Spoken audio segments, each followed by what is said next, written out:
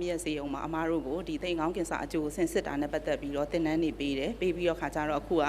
ဒီသိငောင်းကင်ဆာကိုမြို့နယ်စေယုံတွေမှာပြည်သူစေယုံတွေမှာပေါ့နော်အကျိုးဆင်စစ်ဖို့ဆိုပြီးတော့ပြမနာကရင်နေရာစေယုံမှာအင်္ဂါနေ့တိုင်းသိငောင်းကင်ဆာအကျိုးဆင်စစ်ပေးတဲ့အစီအစဉ်လေးကိုအပတ်စဉ်ပြုလုပ်ပေးနေပါတယ်အခမဲ့ပါသိငောင်းကင်ဆာအကျိုးဆင်စစ်တာကသူကနီး3မျိုးရှိတယ်ပထမဆုံးကတော့ဒီ HPV DNA testing ပေါ့နော်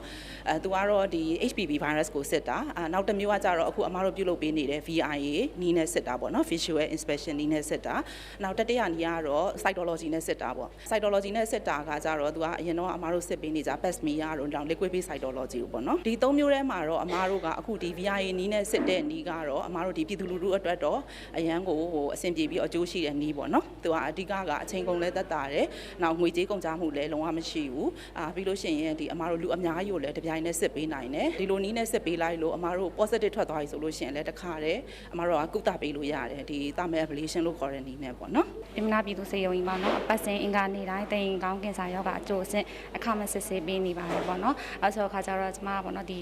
ရက်ကွက်ပိုင်ဆရာမလေးနဲ့ဆက်သွယ်ပြီးတော့ခါကျတော့ဒီတဆင်လာလိုက်တာပါရှင်မျိုးသမီးတွေတိုင်းမှာကတော့တိမ်ကရှိနေတာဆွဲဆိုခါကြပါတော့ဒီအသက်30ကနေ49နှစ်ပေါ့နော်မျိုးသမီးတွေအိမ်အောင်ကြဘူးပြီးသားမျိုးသမီးတွေဆိုလို့ရှိရင်တော့စစ်တင်တယ်လေ